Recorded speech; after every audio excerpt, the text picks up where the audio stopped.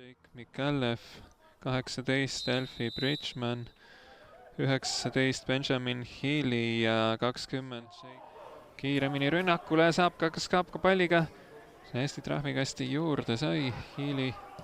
Ja nüüd tuleb eemalt peale löök ja Nõmm lati alt tõrjub ära. Kapten Mikalevil seal käed püsti, tahab palli saada. Ja nüüd oli ohtlik, sai esimest korda ka. Mängiti eelmised samamoodi, aga eelmised jäid liiga kõrgeks.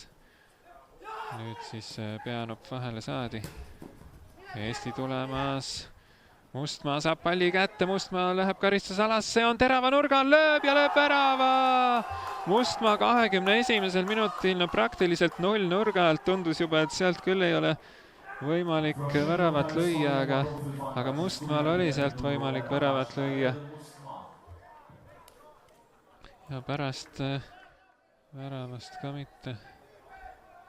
Aga eks saate tagasi kerida, keda huvitab. Nüüd uuesti tagumise posti juurde ja nüüd on olemas liiga palju neid nurgalööke.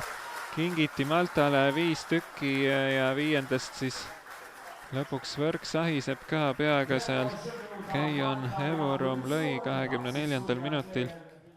Oli tulemas peaaegu söödu eksimus siin Eesti kaitseliinis, aga nüüd saadi ilusti läbi ja Mustmaa kas lööb oma teisele posti.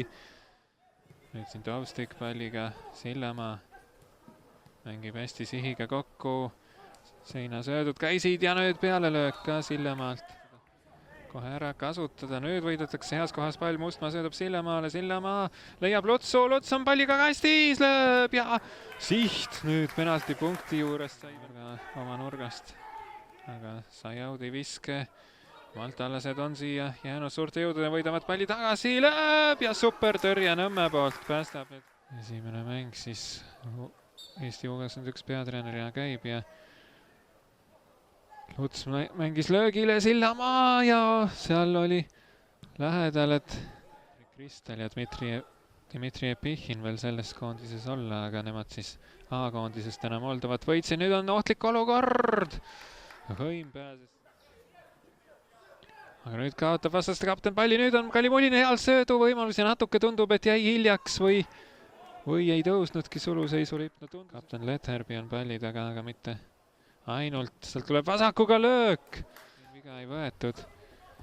Ja Malta saab tulla ja päris ohtlikuks kisub nüüd. Palliga ollakse kastis. Nurk on õnneks terav, aga sealt keskele ja Filatovile nüüd libistutakse veel jalga siin. Viimasteks sekunditeks väike vabadus ka talle koduteele kaasa ja sellega ongi mäng lõppenud 1-1.